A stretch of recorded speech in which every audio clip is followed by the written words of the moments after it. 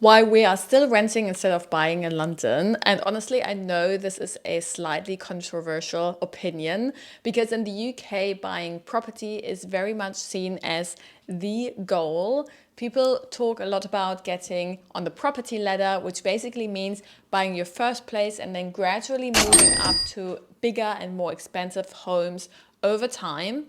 And for a long time, I thought buying was automatically the smartest financial decision too.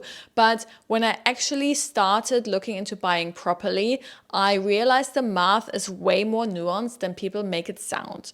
Let me show you a real example. Here is a 2-bed flat in Brixton, currently renting for around £1,800 a month. A similar flat recently sold for around 285k. So naturally, most people would think, well, obviously buying is smarter.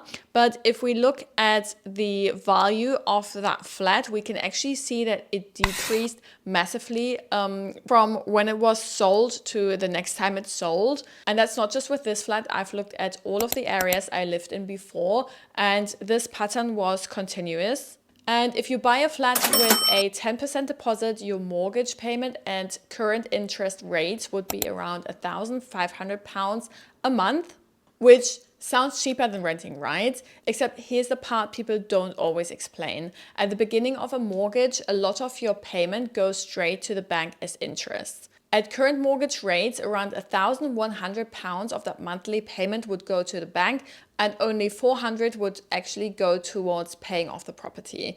So yes, you are building equity, but not nearly as much as people make it sound in the beginning. Then add all the other costs people don't talk about: service charges, maintenance, unexpected building works, solicitors, surveys, and eventually selling costs too.